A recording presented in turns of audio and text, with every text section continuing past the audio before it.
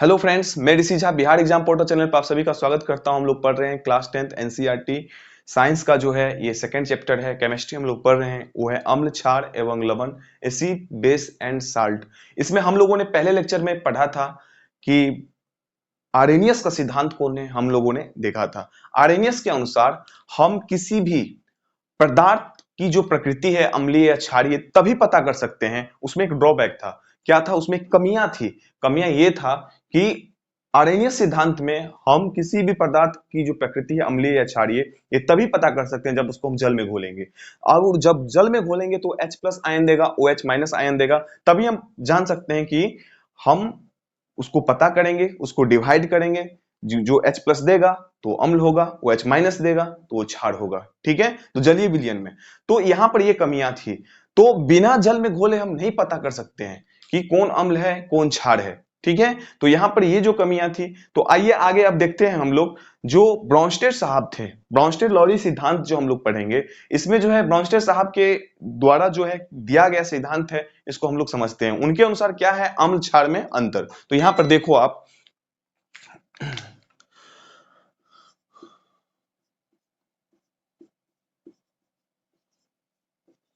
Bronsted Lowry के अनुसार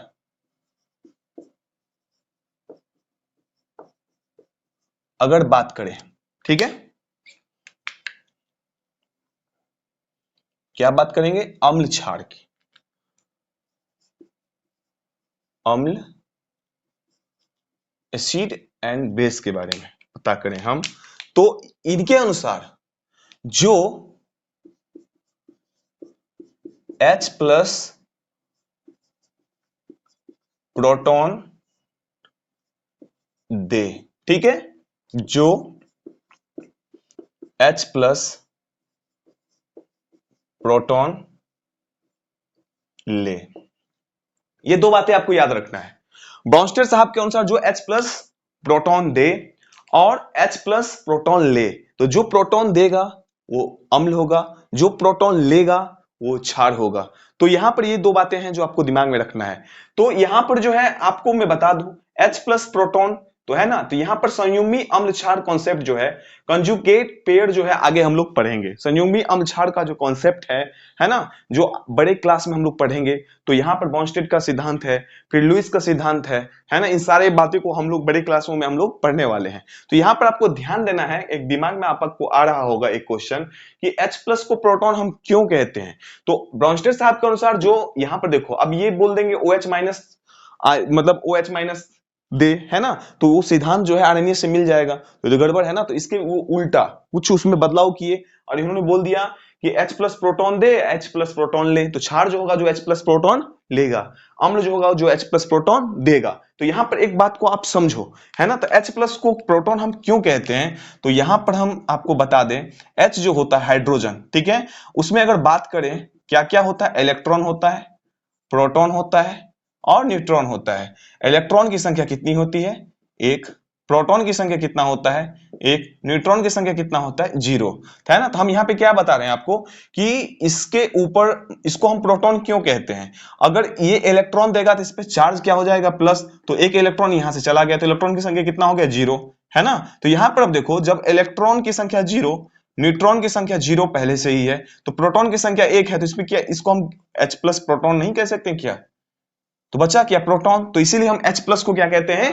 proton. इसीलिए H+ को हम क्या कहते हैं? प्रोटॉन। तो ये ब्रॉन्स्टेड साहब का सिद्धांत है ना। तो इसको जो है आप दिमाग में बिठा लो। ब्रॉन्स्टेड साहब के अनुसार जो अम्ल जो होगा वो H+ प्रोटॉन देगा, क्षार जो होगा वो H+ प्रोटॉन लेगा। तो संयुग्मी अम्ल क्षार का जो कॉन्सेप्ट है, कंजुगेट पेयर, जो आगे हम लोग सीखेंगे, बड़ी क्लास में सीखेंगे इससे आगे। तो आइए इसको अगर आप नोट करना चाहते हैं नोट करें। आइए आगे हम लोग देखते हैं अम्ल क्षार जो हम लोग पढ़े हैं, है ना, उसमें जो जो बातें आगे चैप्टर में हमको काम आएगा, वो क्या क्या बातें आपको याद रखना है। तो कुछ आपको मैं नोट पॉइंट आपको मैं लिखाता हूं, जिससे आपके दिमाग में अम्ल क्षार का जो भी मेन बेसिक जो कॉन्सेप्ट, आपको प्रबल अम्ल, उसके बाद जो है तनु अम्ल या सांद्र अम्ल के बारे में जो कुछ मुख्य बातें हैं वो मैं आपको बताता हूं। ठीक है, अब आपको कुछ बातें जो है यहां पर याद रखनी बहुत जरूरी है। जैसे कि अम्ल और क्षार है, मैंने आपको पहले लेक्चर में इसके बारे में बहुत ही डिटेल्स में बताया था, है ना, कि यहाँ पर आप जैसे देख सकते हो अम्ल और क्षार है। इसमें जो प्रमुख बातें हैं जो आपके चैप्टर में बहुत ही काम आने वाले हैं, है ना, तो ये समझ लो एक तरह से ये अम्ल क्षार एवं लवण का इंट्रोडक्शन टाइप है। ठीक है, इसको आपको समझना है जिससे कि आपके जब हम चैप्टर में अंदर घुसेंगे, है ना, और पढ़ेंगे तो हमको कुछ कुछ ऐसी बातें जो है, जो हमको जो है नई बातें जो है सामने आएगी, तो हमें जो है घबराहट नहीं होगा क्योंकि हम इससे परिचित रहेंगे। ठीक है, इसलिए मैं पहले आपको बता दे रहा हूं। तो यहां पर देखो, यहां पर प्रबल अम्ल है।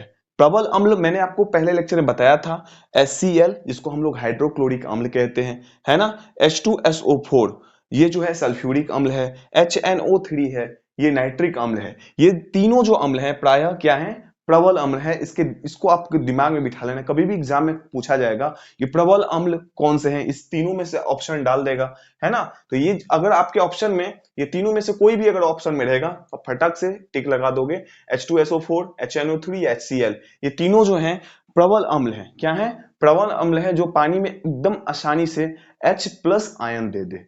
H+ जो आयन आसानी से दे देता है उसे हम प्रबल अम्ल कहते हैं, है ना, स्ट्रॉन्ग एसिड सांद्र अम्ल, है ना। अब है एक दुर्बल अम्ल। क्या है, दुर्बल अम्ल। तो दुर्बल अम्ल में कौन सा आता है, CH3COOH, है ना, इसको मेथेनोइक अम्ल कहते हैं। इसको क्या कहते हैं, CH3COOH को मेथेनोइक अम्ल, मेथेनोइक एसिड भी हम लोग कहते हैं। उसके बाद लैक्टिक अम्ल, ऑक्जेलिक अम्ल, ये सारे किस अम्ल के अंतर्गत आते हैं, ये दुर्बल अम्ल के अंतर्गत आते हैं। दिमाग में आपको बिठा के रखना है, प्रबल अम्ल के अंतर्गत HCl, H2SO4, HNO3 आते हैं, है ना। और दुर्बल अम्ल जो होता है, वीक एसिड जो होता है, वो अच्छे से जो है मतलब अत्यधिक अमाउंट में, यानी आप इसको कह सकते हो वो उतने अच्छे से H+ आयन नहीं प्रदान करते, आसानी से H+ आयन नहीं प्रदान करते हैं। ठीक है, बहुत ज्यादा H+ आयन जो है ये जल के अंदर जो है नहीं प्रदान करते हैं, इसलिए ये वीक एसिड होता है। और जो स्ट्रॉन्ग एसिड होता है, वो जो प्रबल अम्ल होता है, वो आसानी से H+ आयन प्रदान करते हैं। ठीक है, शांत अम्ल की अगर बात करें, है ना, तो कॉन्सेंट्रेट एसिड की अगर बात करें जिसमें अम्ल अधिक मात्रा में होता है जबकि जल अल्प मात्रा में होता है, तो मैं आपको पहले लेक्चर में बताया था सांद्र अम्ल क्या होगा, जिसमें क्या होगा, अम्ल अधिक मात्रा में होगा, यानी विलय की मात्रा जो होगा विलायक से अधिक होगा, है ना। तो विलय की मात्रा जब विलायक से अधिक होगा तो कॉन्सेंट्रेट होगा, मैं आपको बताया था, है ना। तो विलय अगर जितना ज्यादा होगा तो यानी यहाँ पे आप देख सकते हो सांद्र अम्ल में जिसमें अम्ल जो है ना, जल जो है एक विलायक है, अम्ल क्या है, विलय है। तो अम्ल की मात्रा अधिक होगी तो कॉन्सेंट्रेट ज्यादा होगा, स्ट्रॉन्ग एसिड होगा। तो इसमें क्या होगा, जिसमें अम्ल अधिक मात्रा में होता है जबकि जल अल्प मात्रा में होता है, वो प्रायः क्या होते हैं, स्ट्रॉन्ग एसिड होते हैं, सांद्र अम्ल होते हैं। ठीक है, कॉन्सेंट्रेट अम्ल होते हैं। ठीक है, तो यहां पर आपको मैं बता देता हूं। ठीक है, तनु अम्ल की अगर बात करें, डाइल्यूट एसिड की अगर बात करें, है ना, तो जिसमें अम्ल अल्प मात्रा में होता है जबकि जल अधिक मात्रा में होता है ना, जिसमें अम्ल अल्प मात्रा में होगा। तो यहां पर स्ट्रॉन्ग एसिड है ना, कॉन्सेंट्रेट एसिड है, सांद्र अम्ल है। तो उसको अगर हमको दुर्बल करना है तो हम क्या करेंगे, विलायक की मात्रा को बढ़ाएंगे, विलायक यानी जल की मात्रा को बढ़ा देंगे। तो जल की मात्रा को जब भी बढ़ाएंगे तो दुर्बल अम्ल हो जाएगा, है ना। विलय की मात्रा कम जाएगा, अविलय की मात्रा अगर होगा तो इस विलयन में जिसमें अम्ल की मात्रा मतलब अल्प मात्रा में होता है, कम मात्रा में होता है, जबकि जल अधिक मात्रा में होता है तो डाइल्यूट एसिड होता है। ठीक है, तनु अम्ल होता है। तो दिमाग में कंफ्यूजन नहीं रखना है, प्रबल अम्ल, दुर्बल अम्ल, सांद्र अम्ल, तनु अम्ल आपको आगे चैप्टर में बहुत सुनने को मिलेगा। तो आप इस चार जो पॉइंट है इसको दिमाग में बिठा लो, इससे कि आपको प्रॉब्लम नहीं होगा। ठीक है, तो नेक्स्ट देखते हैं क्षार, बेस। तो प्रबल क्षारक जो होता है वो सोडियम हाइड्रोक्साइड होता है, पोटासियम हाइड्रोक्साइड होता है और कैल्शियम हाइड्रोक्साइड भी होता है। तो आप दिमाग में रखेंगे प्रबल क्षारक के अंतर्गत कौन सा बातें हैं, sodium hydroxide, potassium hydroxide, calcium hydroxide. और दुर्बल क्षार जो होते हैं, अगर दुर्बल क्षार की बात करें तो इसको हम लोग कहते हैं अमोनियम हाइड्रोक्साइड। क्या कहते हैं, अमोनियम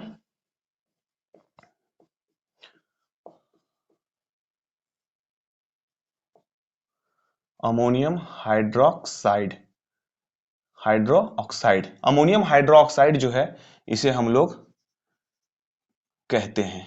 तो इसको आप दिमाग में बिठा के रखेंगे, ठीक है।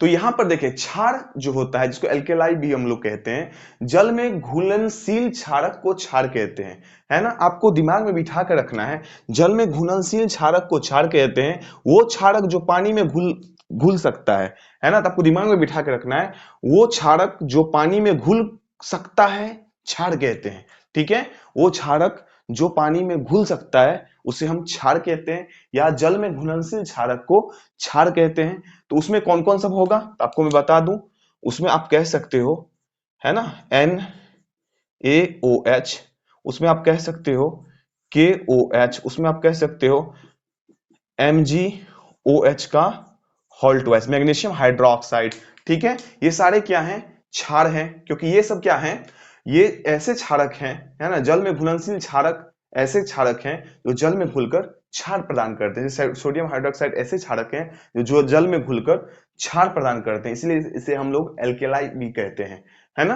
तो यहाँ पर देखिए लवण या साल्ट की अगर बात करें तो लवण अम्ल व क्षारक की परस्पर अभिक्रिया से प्राप्त होता है ना, जैसे कि NaCl KCl, ये दोनों क्या है, साल्ट हैं, लवण है। तो इसके बारे में आगे हम लोग चैप्टर में पढ़ेंगे। ये दो जो बातें हैं अम्ल और क्षारक की, आपको दिमाग में इसको बिठा के रखना है, बार बार इसको जो है समझना है, याद नहीं करना। अगर आप समझ जाते हो दोनों में क्या बातें हैं, है ना, प्रबल कौन होगा दुर्बल कौन होगा, प्रबल क्षारक कौन सा होगा दुर्बल क्षारक कौन सा होगा, क्षारक क्या है ना, लवण कौन कौन से हैं, उसके बाद प्रबल अम्ल क्या है, दुर्बल अम्ल क्या है, सांद्र अम्ल क्या है, और तनु अम्ल क्या है, तो आपको चैप्टर में समझने में आगे कोई दिक्कत नहीं होगा। तो आज मैं आपको बताता हूं, आज इतना ही रहने देते हैं, नेक्स्ट लेक्चर में इससे आगे हम लोग चैप्टर में पढ़ेंगे, है ना, अच्छे से पढ़ेंगे, है ना, आपको कोई दिक्कत नहीं होगा। और आप बिहार एग्जाम पोर्टल चैनल को आप जरूर सब्सक्राइब करना और कमेंट करना, अगर आपको समझ में आया तो जरूर आप कमेंट बॉक्स में लिखना, अगर आप नोट करना चाहते हैं नोट करें। फिर मिलते हैं नेक्स्ट वीडियो में, तब तक के लिए धन्यवाद।